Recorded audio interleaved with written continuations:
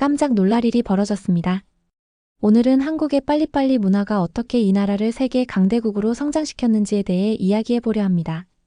제가 처음 한국을 방문했을 때 가장 인상적이었던 것은 모든 것이 마치 1.5배속으로 재생되는 영화처럼 느껴졌다는 점이었습니다. 그 경험을 시작으로 저는 한국의 속도 문화에 깊은 관심을 갖게 되었습니다. 1950년 한반도는 폐허였습니다. 3년간의 전쟁으로 도시는 파괴되었고 산업시설은 거의 남아있지 않았습니다. 당시 한국의 1인당 GDP는 67달러로 세계에서 가장 가난한 국가 중 하나였습니다. 국제 원조에 의존해야 할 정도로 경제 상황은 심각했고 많은 전문가들은 한국의 미래를 비관적으로 전망했습니다. 세계은행은 1953년 한국은 회복하는데 최소 50년은 걸릴 것이라고 진단했습니다. 하지만 오늘날 한국은 세계 10위권의 경제대국이자 문화, 기술, 외교 분야에서 글로벌 영향력을 행사하는 강대국으로 자리매김했습니다. 이토록 극적인 변화를 가능하게 한 핵심 요소는 무엇이었을까요? 그 답은 한국인의 DNA에 새겨진 빨리빨리 문화에 있습니다. 1960년대 초 한국은 여전히 느린 나라였습니다. 제가 살펴본 역사 자료에 따르면 농경 사회의 여유로운 리듬이 사회 전반에 흐르고 있었고 사람들은 해 뜨고 지는 자연의 시간에 맞춰 살아갔습니다. 그러나 1961년 집권한 박정희 정부는 우리도 잘 살아보자는 구호 아래 경제개발에 박차를 가했고 이때부터 한국 사회의 속도라는 개념이 자리 잡기 시작했습니다. 제가 특히 주목한 것은 1968년 시작된 경부고속도로 건설이었습니다. 이 프로젝트는 한국의 속도 DNA가 형성된 결정적 순간이었다고 볼 수 있습니다. 당시 외국 전문가들은 이 규모의 공사는 최소 10년이 필요하다고 단언했지만 한국은 불과 2년 5개월 만에 공사를 완료했습니다. 건설 현장 기록을 보면 우리도 할 수 있다는 필사적인 의지가 불타올랐고 주야를 가리지 않는 작업이 계속되었음을 알 수 있습니다. 이 시기 형성된 빨리빨리 문화는 단순한 조급함이 아니었습니다. 제 연구에 따르면 그것은 가난에서 벗어나야 한다는 절박함, 선진국을 따라잡아야 한다는 열망, 그리고 시간을 압축해 발전해야 한다는 국가적 전략이 결합된 것이었습니다. 서울대 경제학과 교수의 말에 따르면 한국은 시간을 압축하는 법을 배웠고 다른 나라들이 100년에 걸쳐 이룬 변화를 30년 만에 이뤄냈다고 합니다. 1960년대부터 1990년대까지 한국은 눈부신 속도로 산업화를 완성했습니다. 이 과정에서 빠름은 단순한 습관이 아닌 생존과 발전을 위한 필수 전략이 되었습니다. 1997년 한국은 외환위기라는 국가적 시련을 맞았습니다. 제가 당시 경제보고서를 살펴보니 IMF 구제금융을 받아야 했던 시기에 국제금융 전문가들은 한국이 회복하는데 최소 10년이 걸릴 것이라 예측했습니다. 그러나 한국은 불과 3년 만에 모든 IMF 부채를 상환하며 불가능한 회복을 이뤄냈습니다. 제가 가장 인상적으로 생각한 것은 금 모으기 운동이었습니다. 이 운동이 전국적으로 확산되는 과정을 보면 시민들이 자발적으로 금반지와 금목걸이를 내놓았고 불과 한 달 만에 227톤의 금이 모였다는 사실을 알 수 있습니다. 이러한 신속한 대응과 집단적 결단력은 세계를 놀라게 했습니다. IMF 당시 한국을 담당했던 관계자들의 평가를 보면 한국인들의 위기 대응 속도는 놀랍다. 그들은 문제를 인식하고 해결책을 찾고 행동으로 옮기는 과정이 다른 나라들보다 훨씬 빠르다라는 의견이 많았습니다. 이처럼 한국의 속도는 위기 상황에서 가장 빛을 발했습니다. 빠른 결정과 실행은 국가적 위기를 극복하는 결정적 무기였습니다. 2000년대 초반 제가 IT 산업의 발전 과정을 연구하면서 알게 된 사실은 한국이 또 다른 속도의 혁명을 만들어냈다는 것입니다. IT 붐과 함께 한국은 세계 최고 수준의 인터넷 인프라를 구축했습니다. 통계에 따르면 다른 선진국들이 광 케이블 네트워크를 구축하는데 10년 넘게 걸린 반면 한국은 불과 5년 만에 전국 단위의 초고속 인터넷망을 완성했습니다. 이러한 디지털 혁명은 한국이 IT 강국으로 도약하는 발판이 되었습니다. 제가 기술 발전 타임라인을 분석해보니 세계 최초의 CDMA 상용화, 오지 서비스 구현, 반도체와 디스플레이, 시장 석권 등 한국의 기술 혁신은 모두 빠른 실행력에서 비롯되었음을 알 수 있었습니다. 한국 기업들의 글로벌 성공 뒤에는 빨리빨리 DNA가 있습니다. 제가 삼성전자의 성장 과정을 조사하면서 발견한 사실은 이 기업이 세계 최대 스마트폰 제조업체로 성장할 수 있었던 비결이 신속한 의사결정과 빠른 제품 출시 주기에 있었다는 점입니다. 2010년 애플이 아이폰을 출시했을 때 많은 휴대폰 제조업체들이 충격에 빠졌습니다. 제가 당시 산업 보고서를 살펴보니 노키아와 모토로라 같은 기업들이 대응 전략을 고민하는 동안 삼성은 불과 10개월 만에 갤럭시 시리즈를 출시했다는 사실을 알 수 있었습니다. 이 신속한 대응은 삼성이 글로벌 스마트폰 시장에서 선도적 위치를 차지하는 데 결정적 역할을 했습니다. 한국의 대기업 내부 자료에 따르면 결정과 실행 사이의 시간을 최소화하며 회의에서 결정된 사항은 다음 날부터 바로 실행된다고 합니다. 제 분석에 의하면 한국 기업들의 이러한 빠른 실행력은 글로벌 시장에서 중요한 경쟁 우위로 작용했습니다. 특히 급변하는 기술 시장에서 이런 속도는 생존과 성장의 핵심 요소였습니다. 현대자동차의 성장 역시 제가 주목한 사례입니다. 기업 역사를 살펴보면 현대는 1967년 설립 이후 불과 30년 만에 글로벌 자동차 기업으로 도약했습니다. 도요타가 글로벌 시장에 안착하는데 50년 이상 걸린 것과 비교하면 현대의 성장 속도는 놀라운 것이었습니다. 특히 제가 자동차 산업 보고서를 분석하면서 발견한 점은 현대의 신차 개발 속도였습니다. 유럽과 일본 자동차 회사들이 신차 개발에 평균 60개월을 소요할 때 현대는 이를 40개월로 단축했습니다. 이러한 개발 속도는 현대가 급변하는 시장 트렌드에 빠르게 대응하고 전기차 시장에서도 선도적 위치를 차지하는 데 중요한 역할을 했습니다. 2020년 초 코로나19가 전 세계로 확산되기 시작했을 때 제가 각국의 대응을 비교 연구하면서 발견한 것은 한국의 대응이 특별했다는 점입니다. 제가 수집한 데이터에 따르면 한국은 불과 일주일 만에 자체 진단키트를 개발했습니다. 영국이 첫 진단키트 개발에 3주가 소요된 것과 비교하면 한국의 속도는 놀라운 것이었습니다. 더 인상적인 것은 혁신적 시스템의 도입 속도였습니다. 제가 조사한 바로는 드라이브스루 검사소.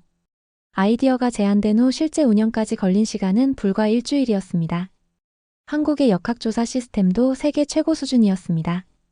보건당국의 보고서에 따르면 확진자가 발생하면 즉시 동선 추적을 시작했고 이를 위해 CCTV, 신용카드 내역, 휴대폰 GPS 데이터 등을 활용했습니다. 세계보건기구 관계자들의 평가를 종합해보면 한국의 코로나 대응 속도는 놀랍고 그들은 문제를 인식하고 해결책을 실행하는 데 있어 다른 어떤 나라보다 빨랐다는 의견이 지배적이었습니다.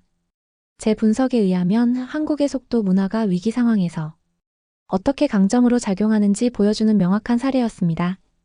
한국의 신속한 대응 덕분에 경제적 피해를 최소화하면서도 효과적인 방역을 달성할 수 있었습니다.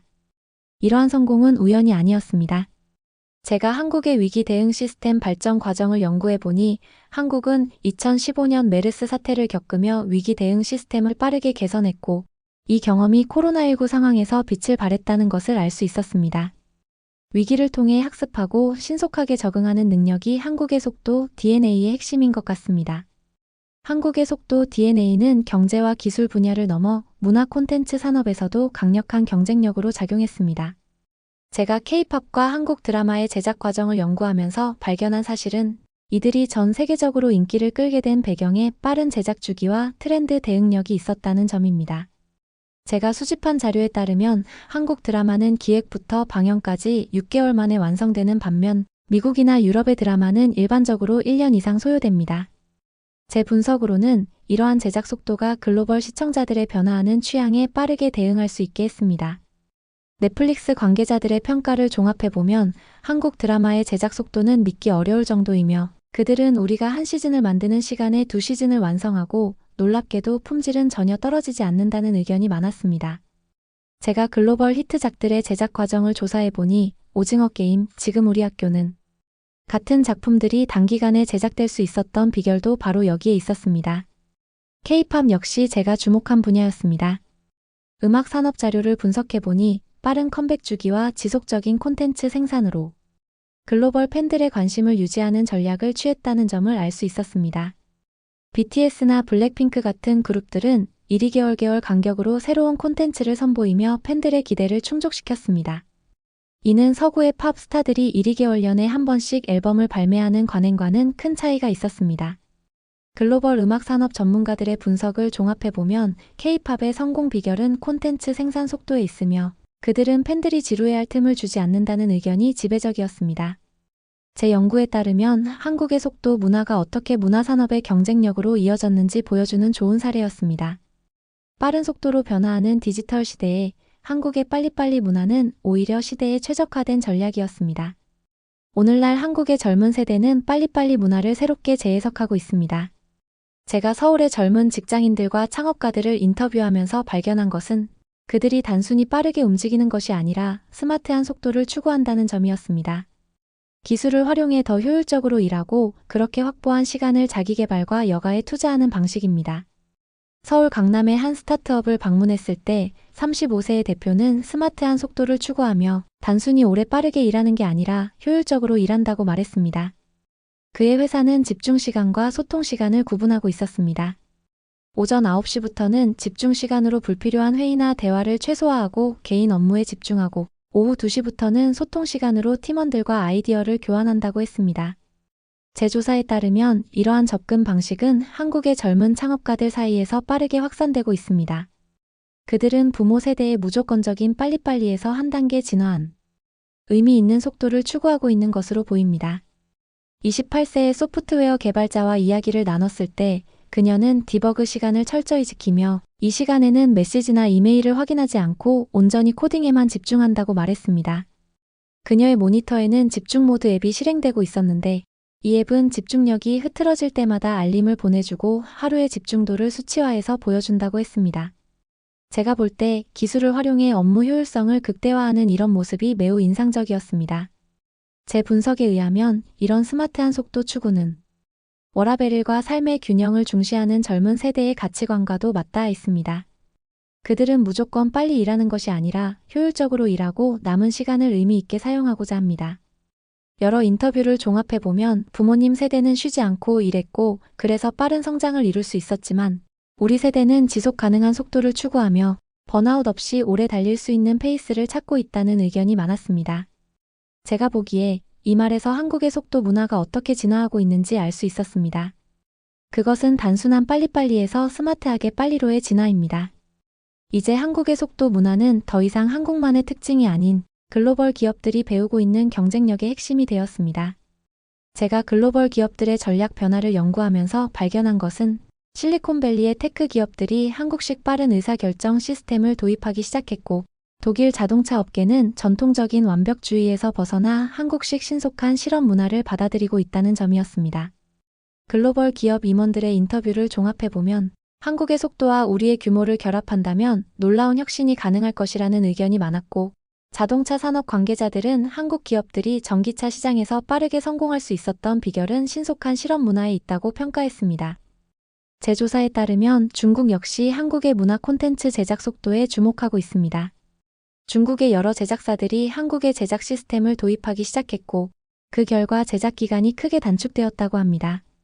또한 제가 영국의 공공서비스 혁신 사례를 연구하면서 발견한 것은 영국 국가보건서비스 NHS가 코로나 이후 한국의 의료 시스템 운영 방식을 연구하기 시작했고 디지털 헬스케어 시스템 도입 속도를 높이고 있다는 점이었습니다.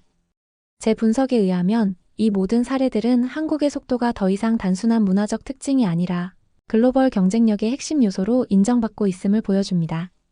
한국의 빨리빨리 문화는 단순한 국민성이 아닌 역사적 위기를 극복하며 형성된 생존 지혜이자 국가 경쟁력의 핵심입니다. 제가 한국의 발전 과정을 연구하면서 깨달은 것은 전쟁의 폐허에서 시작해 세계를 선도하는 혁신 국가로 거듭난 한국의 이야기가 위기를 기회로 바꾸는 지혜를 보여준다는 점이었습니다. 4차 산업혁명 시대에는 빠른 학습 능력, 신속한 의사결정, 실패를 두려워하지 않는 실험 정신이 성공의 열쇠입니다. 제 관찰에 의하면 한국은 이미 이러한 역량을 일상에서 체화하고 있기에 미래 사회에서도 계속해서 중요한 역할을 할 것으로 보입니다. 미래학 연구소의 자료에 따르면 한국의 속도 문화는 4차 산업혁명 시대에 더욱 값진 자산이 될 것이며 인공지능, 로봇공학, 생명공학 등 급변하는 기술 환경에서 빠른 적응력과 실행력은 결정적 경쟁 우위가 되고 한국은 이미 이러한 역량을 갖추고 있기에 앞으로도 글로벌 혁신을 이끌어갈 것이라는 전망이 많습니다. 제가 한국을 연구하면서 내린 결론은 이곳이 단순히 빠른 나라가 아니라 이미 미래의 방식으로 살고 있는 나라라는 점입니다. 전쟁의 폐허에서 시작해 세계 경제의 중심으로 우뚝 선 한국의 성공 비결은 바로 빨리빨리 DNA에 있습니다. 그리고 이 DNA는 앞으로도 한국이 세계 강대국으로서 자리매김하는 데 핵심 요소가 될 것입니다. 세계는 이제 한국을 통해 미래를 바라보고 있습니다. 제 시각에서 볼 때 그들이 일상에서 실천하는 속도와 효율성은 단순한 문화적 특징이 아니라 미래 사회의 생존 전략입니다. 한국은 우리에게 미래가 어떤 모습일지, 그리고 우리가 그 미래에 어떻게 대비해야 할지 보여주고 있습니다.